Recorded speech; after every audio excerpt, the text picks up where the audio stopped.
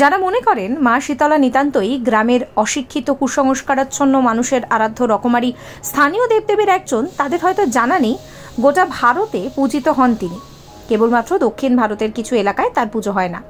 স্কন্দ পুরাণের মতন প্রাচীন পুরাণে শীতলার কথা উল্লেখ রয়েছে, যেখানে তাকে গুটি বসন্ত বা যাকে আমরা স্মল পক্স বলি তার নিয়ন্তা হিসেবে দেখানো হয়েছে। যজ্ঞের আগুন থেকে তার উদ্ভব এবং ভগবান ব্রহ্মা কেবল তাকে নয়, তার সহচর জরাসুরকেও পুজো করার জন্য মানব জাতিকে উপদেশ দিয়েছিলেন। তাই আজকের এই ভিডিওতে মা শীতলাকে নিয়ে আপনাদেরকে বলবো। ভিডিও পুরোটা দেখবেন। ভিডিও ভালো লাগলে লাইক, শেয়ার, সাবস্ক্রাইব করতে ভুলবেন না। মা শীতলা মহামায়ার একটি রূপ। তিনি এই রূপে পীড়ির হরণ করেন।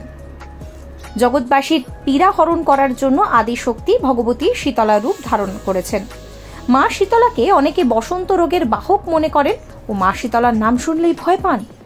সেই লোকেদের বিশ্বাস মা শীতলার পুজো পাওয়ার জন্য রোগ দান করেন, কিন্তু তাদের সেখানে জ্ঞানটা কিছুটা হলেও কম। মা কোনোদিন সন্তানকে রোগ দেন না, আর মা পূজারও ভিখারি নন। মা হলেন স্বয়ং অন্নপূর্ণা। মা ধান দেন, আমরা খাই। সুতরাং মায়ের কোনো কিছুর অভাব নেই। আমরা মায়ের জিনিসই মাকে অর্পণ করি। মা রোগ দিতে নয়, মা রোগ হরণ করতে আসেন। মা শীতলা ঝাঁটা সূর্প ধারণ করেন। ঝাঁটা সূর্প অর্থাৎ কুলো দ্বারা আমরা ময়লা ঝাড়ি। মা রোগ তাড়ান, তাই তিনি প্রতীক রূপে ঝাঁটা সুপ ধারণ করেন। মায়ের হাতে অমৃত কুম্ভ থাকে, সেই শান্ত বাড়ি দিয়ে তিনি সর্বত্র শান্ত করেন। মা শীতলার হাতে থাকে পাখা, পাখার দ্বারা তিনি শীতল করেন, তাই তিনি মা শীতলা। মা শীতলার বাহন গাধা।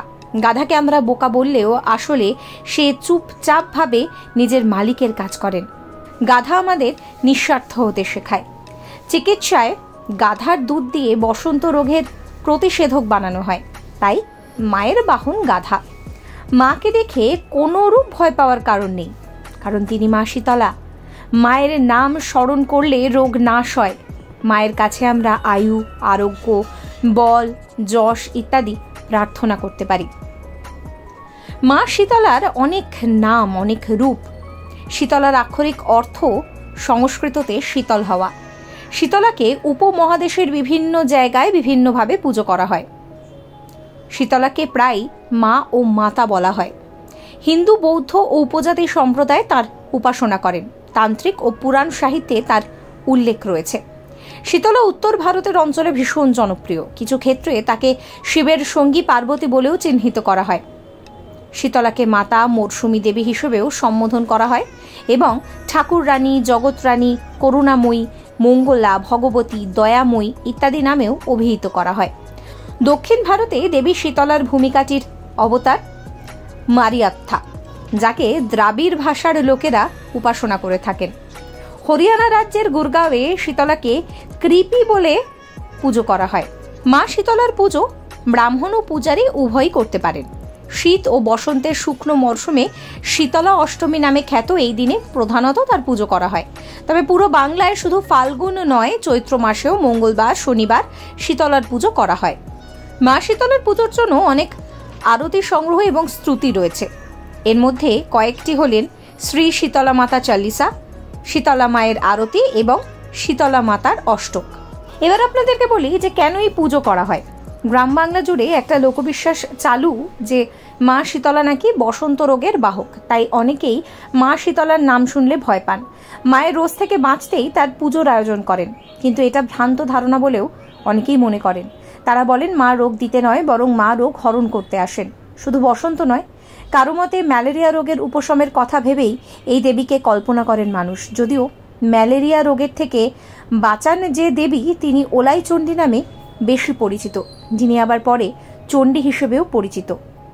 মা শীতলার হাতে ঝাঁটা, সূর্প বা কুলো, পাখা এবং কলস থাকে। ঝাঁটা ও কুলো ইত্যাদি দিয়ে আমরা ময়লা পরিষ্কার করি।